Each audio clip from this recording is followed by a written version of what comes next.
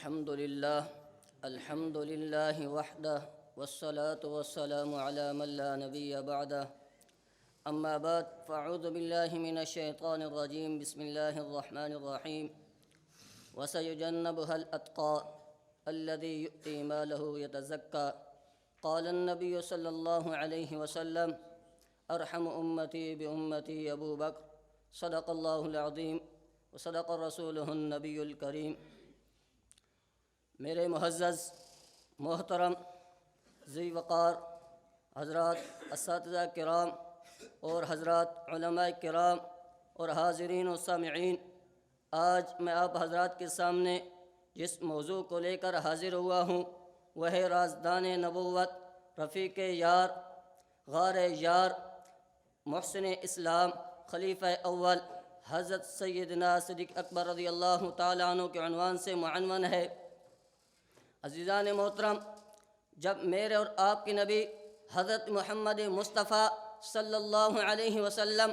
اسلام کی دعوت دینا شروع کرتے ہیں، ایمان کی دعوت دینا شروع کرتے ہیں، حضور علیہ الصلاۃ والسلام فرماتے ہیں میں نے جس شخص کو بھی دعوت دی ہے وہ شخص کسی نہ کسی تردد اور کسی نہ کسی تذبذب کا شکار ہوا ہے، لیکن صدیق اکبر رضی اللہ تعالیٰ عنہ وہ عظیم شخصیت ہیں۔ جب میرے اور آپ کے نبی حضرت محمد مصطفیٰ صلی اللہ علیہ وسلم ایمان کی دعوت دیتے ہیں، حضرت صدیق اکبر رضی اللہ تعالیٰ عنہ بغیر کسی تذبذب، بغیر کسی تردد کے دعوت قبول کرتے ہیں، حضور علیہ الصلاۃ والسلام پر ایمان لاتے ہیں۔ حضرت ابوبکر صدیق رضی اللہ تعالیٰ عنہ ایسے حالات میں حضور علیہ الصلاۃ والسلام پر ایمان لاتے ہیں جب ایمان لانا اپنی موت کو دعوت دینا تھا، جب ایمان لانا طوفانوں سے ٹکرانا تھا، جب ایمان لانا اپنی جان کو ہتھیلی پہ رکھنا تھا۔ حضرت صدیق اکبر رضی اللہ تعالیٰ عنہ ایسے حالات میں ایمان لاتے ہیں، صرف ایمان نہیں لاتے ہیں بلکہ حضور علیہ الصلاۃ والسلام پر اپنی جان، اپنا مال بھی فدا کرتے ہیں۔ حضور علیہ الصلاۃ والسلام فرماتے ہیں حضرت صدیق اکبر رضی اللہ تعالیٰ عنہ فرماتے ہیں کہ میں نے جب ایمان لانے کے بعد 18 غلاموں کو آزاد کرتے ہیں۔ غلاموں کو آزاد کرنا حضرت سیدنا صدیق اکبر رضی اللہ تعالیٰ عنہ کے والد ابو قحافہ عثمان کو پسند نہ آیا، فرمانے لگے اے سیدنا صدیق اکبر، غلاموں کے آزاد کرنے سے تجھے کیا ملے گا؟ غلاموں کے آزاد کرنے سے تجھے کچھ نہیں ملے گا۔ اگر تو چاہتا ہے کہ مجھے سرداری ملے، اگر تو چاہتا ہے مجھے مال ملے، اگر تو چاہتا ہے کہ مجھے بلند مرتبہ ملے تو غلاموں پر خرچ کرنے سے تجھے کچھ نہیں ملے گا، ان یتیموں پہ خرچ کرنے سے تجھے کچھ نہیں ملے گا، ان بیواؤں پہ خرچ کرنے سے تجھے کچھ نہیں ملے گا۔ اگر تو نے خرچ کرنا ہے کسی سردار پہ خرچ کر، کسی بڑے آدمی پر خرچ کر، کسی یہودی پہ خرچ کر، کسی منافق پہ خرچ کر، کسی مشرک پہ خرچ کر، تاکہ تجھے سرداری ملے، تاکہ تجھے عزت ملے، تاکہ تجھے بلند مرتبہ ملے۔ حضرت صدیق اکبر رضی اللہ تعالیٰ عنہ کے والد اس وقت مسلمان نہیں ہوئے تھے، اس وقت اسلام کی دولت سے مالا مال نہیں ہوئے تھے، انہیں کیا پتا تھا اسلام کی دولت کیا ہوتی ہے، اسلام کی محبت کیا ہوتی ہے، نبی علیہ الصلاۃ والسلام کے ساتھ عقیدت کیا ہوتی تھی۔ حضرت صدیق اکبر رضی اللہ تعالیٰ عنہ کو فرماتے ہیں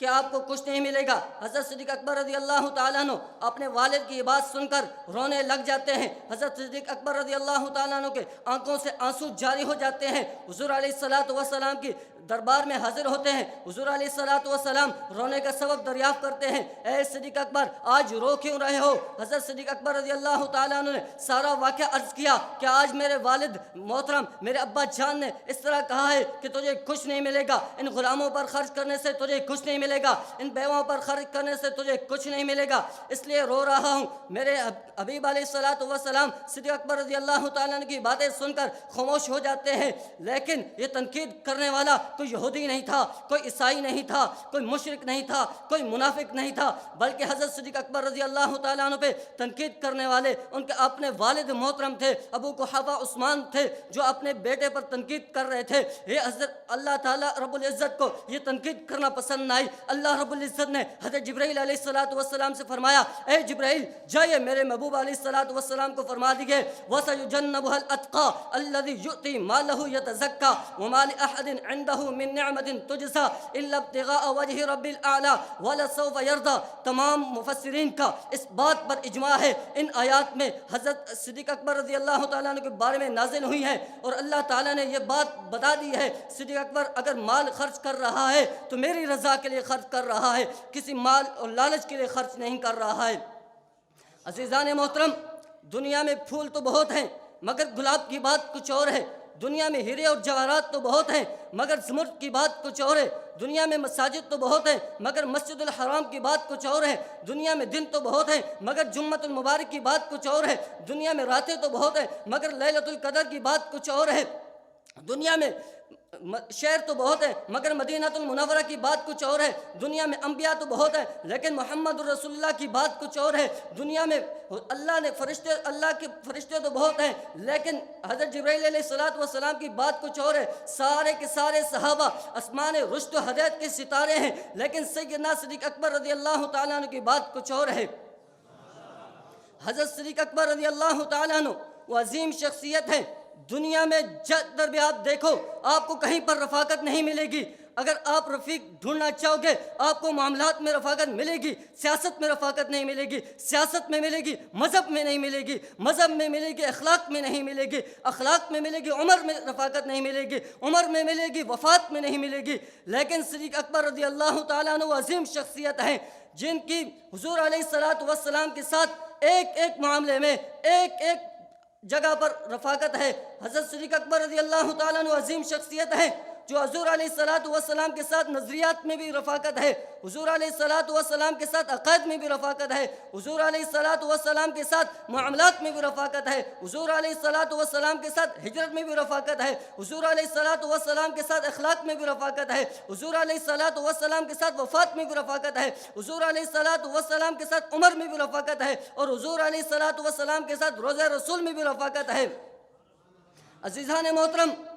جب میرے اور آپ کے نبی علیہ السلام کی اخلاق کی تعریف اللہ رب العزت قرآن مجید میں ان الفاظ کے ساتھ کرتا ہے انہو بالمؤمنین رؤوف الرحیم، لیکن صدیق اکبر رضی اللہ تعالیٰ عنہ عظیم شخصیت ہیں